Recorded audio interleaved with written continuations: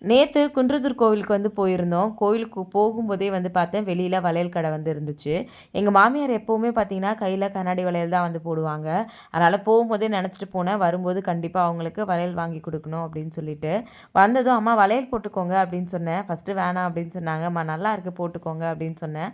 அவங்களுக்குமே வளையல் ரொம்ப பிடிக்கும். அங்க பார்த்தீங்கன்னா, நெறைய இருந்துச்சு. "அம்மா உனக்கு எது பிடிக்குது சொல்லு" அப்படின்னு சொல்லி கேட்டிருந்தாங்க. எனக்கு புடிச்ச வளையல் நான் சொல்லியிருந்தேன். இருந்தாலும் "அம்மா உங்களுக்கு எது பிடிக்குதோ நீங்க போட்டுக்கோங்க" அப்படின்னு சொல்லி சொன்னேன்.